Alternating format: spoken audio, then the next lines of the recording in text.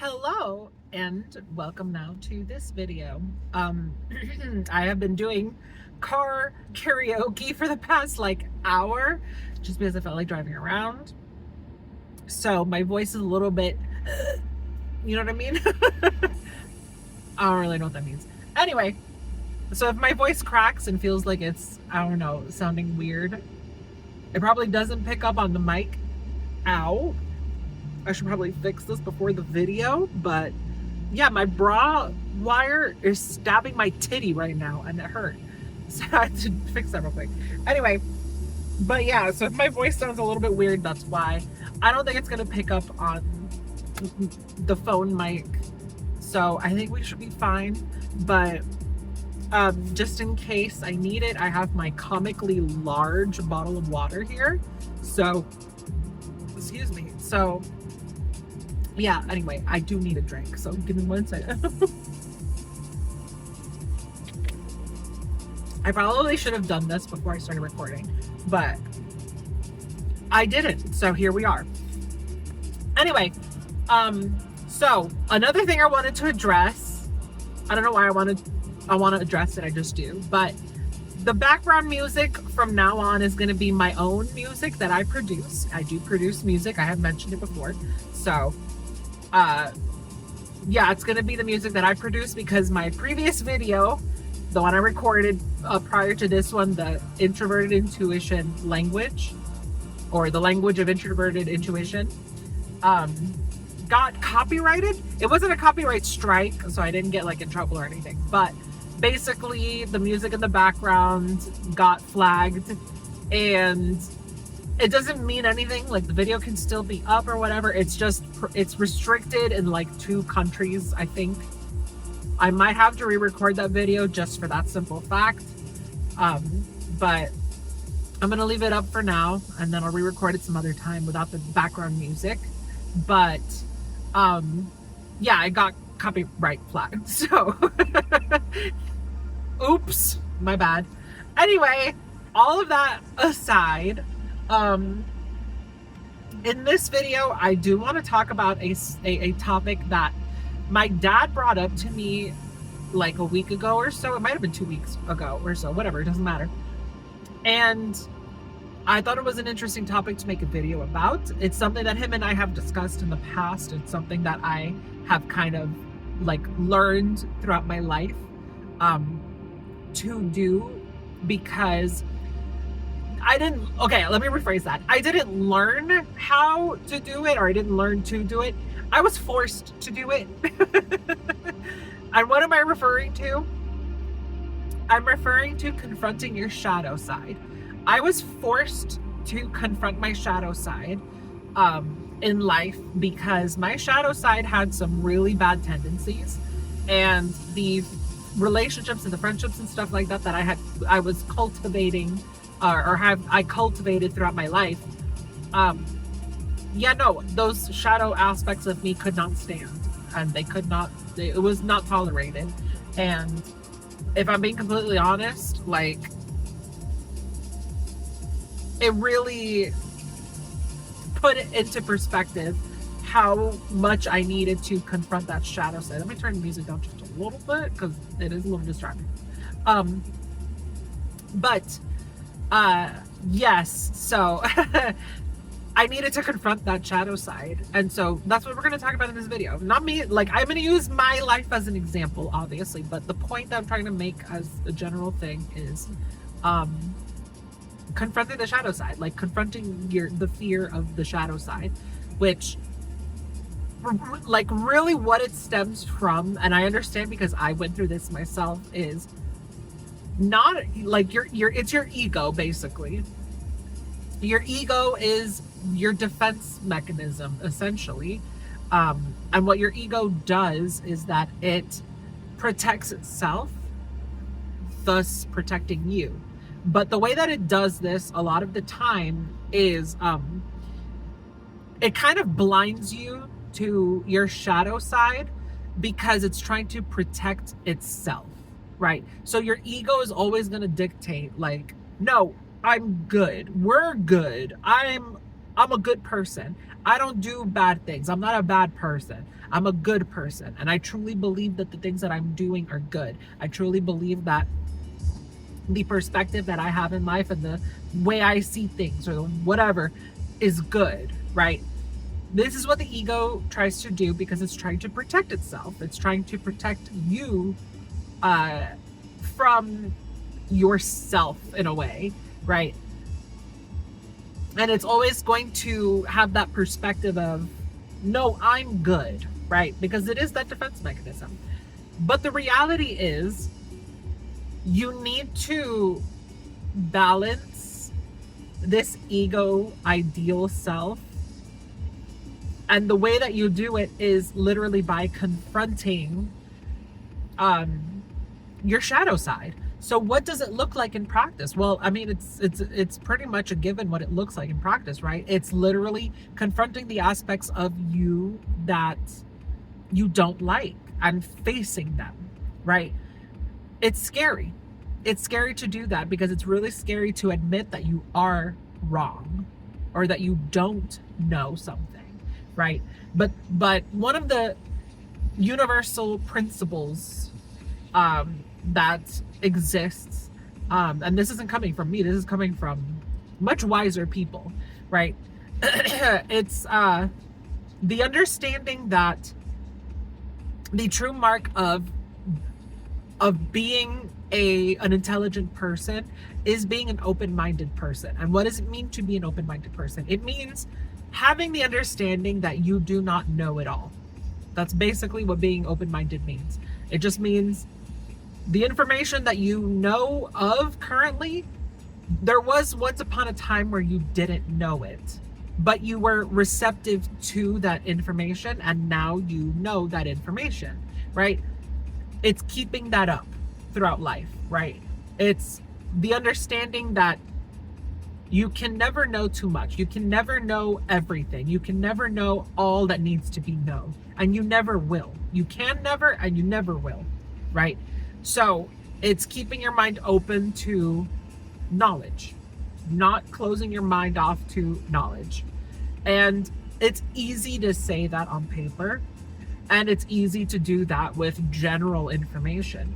But when it comes to things that pertain to, you know, ideals that we hold a little bit more personally to us, that's when the real challenge hits, right?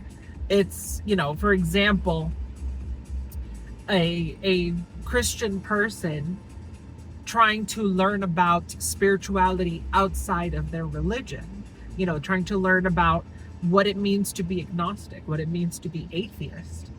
That's difficult for a Christian person. But it's necessary, not because, you know, oh, atheism is the way that it is. There is no God. Like, truly speaking, believe what you're going to believe. You know what I mean? When it comes to religion or not religion, I guess, atheism, believe what you want to believe, right? Those are all subjective matters. But there is a truth here. As a religious person, you can learn a thing or two from atheists, right? And atheists can learn a thing or two from religious people. I think it's wholly unfair and really just very egotistical to say that religious people, atheist people don't know what they're talking about, or religious people don't know what they're talking about. Like, both sides believe what they believe in for a reason. You know what I mean? Because there's certain truths that they recognize within that belief that resonates with them. But part of understanding or part of opening your mind is opening your mind to other perspectives. It doesn't mean that you have to shift your perspective to that one. It simply means that you are open to the ideas. It means that you are open to seeing that perspective that is outside of your own, because there's information that you can get from that perspective that you wouldn't have had otherwise, right? That's basically what that means. So when you are confronting your shadow side, you have to put that ego away, right? You have to really sit down with yourself and pay attention to the things that people around you are telling you. Pay attention to how they react. Pay attention to how people, perceive you. If you notice that when you start talking about a certain subject, most of the people around you start rolling their eyes, or they will be like, can we please not talk about that? Be receptive to that. Confront that shadow side and say, and really like face that shadow side and be like, okay, so there's a shadow side of me that has to talk about this subject that everybody around me doesn't want me to talk about. What does that say about me? Well, it probably says about me that I feel like my voice needs to be heard with that subject. Why does my voice need to be heard with that specific subject? Maybe it could be, maybe it could be when you were younger, you were silenced a lot. Maybe it could be, you silenced yourself a lot in your life, and you got to a point now where you're kind of tired of silencing yourself or censoring yourself or whatever it may be. And you feel like, no, I have to speak up now. I have to say my mind. I have to speak my truth. Confronting the shadow self is a very difficult thing, because it really, you get confronted with your inner demons. You get confronted with the parts of you that you don't want to be face to face with, because it's the sides of you, it's the part of you that's not the prettiest, right? But I invite you to, instead of seeing it from that perspective, welcome the shadow side of you. Open your heart, your arms, your mind to this shadow self. If you want to think of it in terms of like embracing yourself, I invite you to do that. Imagine you in this physical form, and then there's a version of you that's the shadow, that it's like it's a dark silhouette or whatever, but it is you still. And instead of like facing away and being like, I don't want to even see you, embrace it. Give this shadow self a hug. Welcome this shadow self into your life, into your heart, into your mind. Not to embrace that shadow side in the sense of like, I'm going to embrace these aspects of me and I'm going to double down on them. No, embrace it in the sense of accepting it as a part of you, right? Because the sooner that you can accept this side of you, the sooner and the easier it becomes to confront it and to work on it, right? There's a reality to us human beings, and that is that we are complex beings, right? It doesn't matter who you are. It doesn't matter what your background, what your political affiliation, your religious affiliation, none of that matters when it comes to how complex human beings truly can be, because we are complex. And part of that complexity is having contradictory beliefs or contradictory opinions or thoughts and actions and whatever. And knowing this about yourself, knowing this about your shadow self, that your shadow self is it's just as complicated of an aspect of you as is any other aspect of you. When you start to understand this, it becomes easier to accept it. It becomes easier to really embrace that shadow side. And the more you confront it, the more that you embrace it, the more that you can see these ugly parts of yourself, the more that you can start to work on them, right? I feel like I already said that, but repetition makes things sit in the brain. But another thing about confronting your own shadow side is that it allows you, when you've gotten to a point where you're pretty good about confronting your shadow side, it allows you to be able to notice it in other people. And that is called empathy. That is called compassion, right? A very good example of this. Before I confronted my shadow side, so I'm talking about like my early 20s or whatever, if I went to the Wawa, because I was doing DoorDash earlier today, I had an order at Wawa, if I had gone to that Wawa at, you know, there was an interaction where the lady who was preparing the order or whatever kind of gave a little bit of stank on her words. She had a little bit of stank with it. You know what I mean? Like when I walked up, I had 2 orders that I had to pick up. When I walked up, she didn't look at me. She was like looking down, preparing whatever. And she just goes, name, like that. And I tell her the names. I tell her, oh, I have 2 orders, one for such and such and one for the other. And in that moment, I could have interpreted her way of being as like, wow, she is rude. Like, what is wrong with her? Like, ugh, she's so rude. What the fuck is that? Right? I could have interpreted it that way, which is how I would have interpreted it before I confronted my shadow self. But now that I've been confronting my shadow self for God, like 10 plus years now, I have been on this in this process. I don't interpret that like that anymore. I interpret it as, well, you know, she's got a side of her that isn't the prettiest. And there's a number of reasons why she could have given me that kind of reaction. Maybe she didn't realize that that's how she was coming across. And in her mind, she was just like, I'm just going to ask for the name because I need to know the name. Or maybe she was just frustrated with something that went on. And you know, and it just kind of came out in that way. You know, there's a myriad of reasons why that could have happened. She also just could have been a very bitchy person. I don't think that's the case, because when she gave me the order, like when she finished with everything and she gave me both orders, she said, oh, have a good day, ma'am. Or have a good night, ma'am, is what she said. And that lets me know, like, okay, I don't think it was her being rude or anything. I think it was just, you know, she's probably gotten like 100 orders from DoorDashers and people who buy whatever at the store. Like, you know, retail people are frustrated a lot because people are complicated. And when it comes to retail, or when it comes to like restaurants, when it comes to like any kind of service industry job, people are just a lot.